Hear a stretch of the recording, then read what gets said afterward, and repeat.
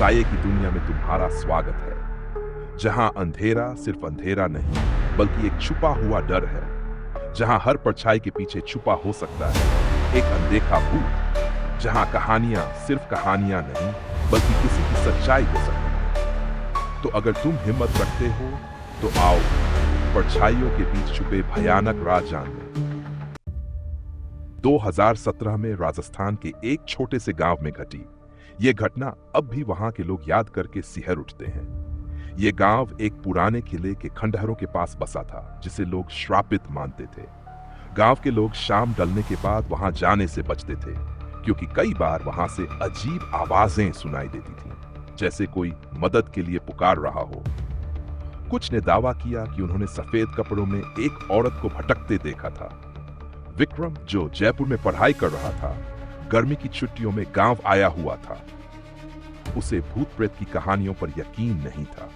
जब उसके दोस्तों ने किले की डरावनी कहानियां सुनाई तो उसने इसे महज अफवाह समझा और खुद वहां जाकर सच्चाई पता करने की ठान ली। उस रात करीब 11 बजे विक्रम अपने दो दोस्तों दीपक और राहुल के साथ किले की ओर निकल पड़ा। पूरा गांव सो रहा था, चारों ओर सन्नाटा था।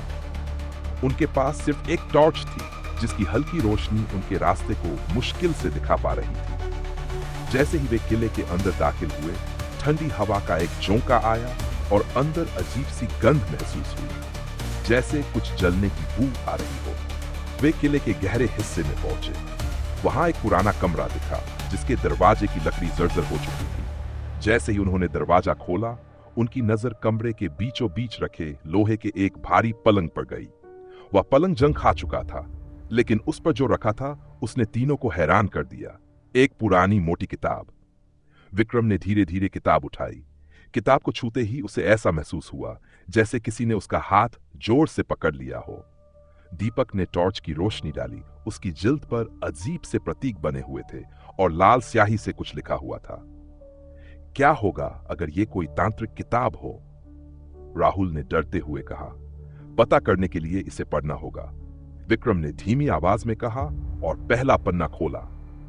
जैसे ही उन्होंने पढ़ना शुरू किया, हवा अचानक भारी लगने लगी।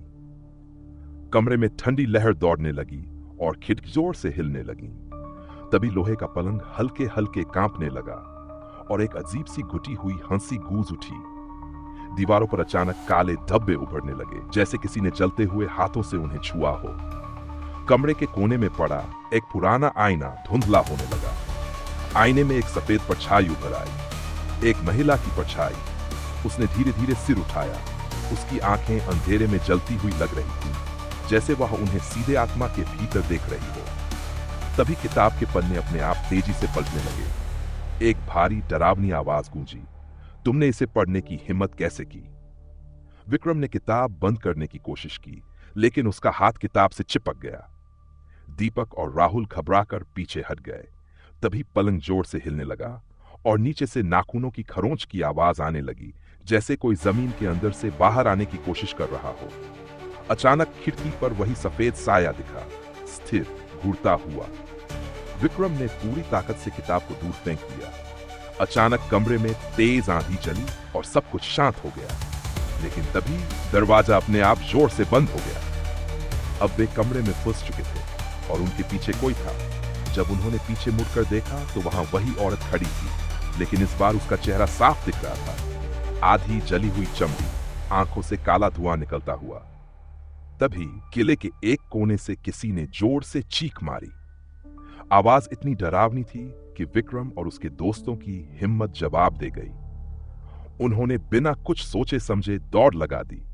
वे पूरे किले से भागते हुए गांव की ओर आ गए और बिना रुके अपने अपने घरों में घुस गए। अगले दिन जब वे गांव के बुजुर्गों से इस बारे में बात करने गए तो एक बूढ़ी महिला ने बताया कि सालों पहले एक नवविवाहित औरत को इसी किले में मारकर जला दिया गया था। तब से उसकी आत्मा वहां भटक रही थी। गांव वालों ने कई बार पूजा पाठ करवाया, लेकिन वह आत्मा कभी मुक्त नहीं हो पाई। विक्रम ने उस घटना के बाद कभी भी उस किले का नाम तक नहीं लिया। आज भी अगर कोई उस गांव में जाता है और रात में किले के पास खड़ा होता है तो उसे कभी कभी एक औरत के रोने की आवाज सुनाई देती है। और कई लोगों ने दावा किया है कि उन्होंने उससे अपनी आंखों से देखा है।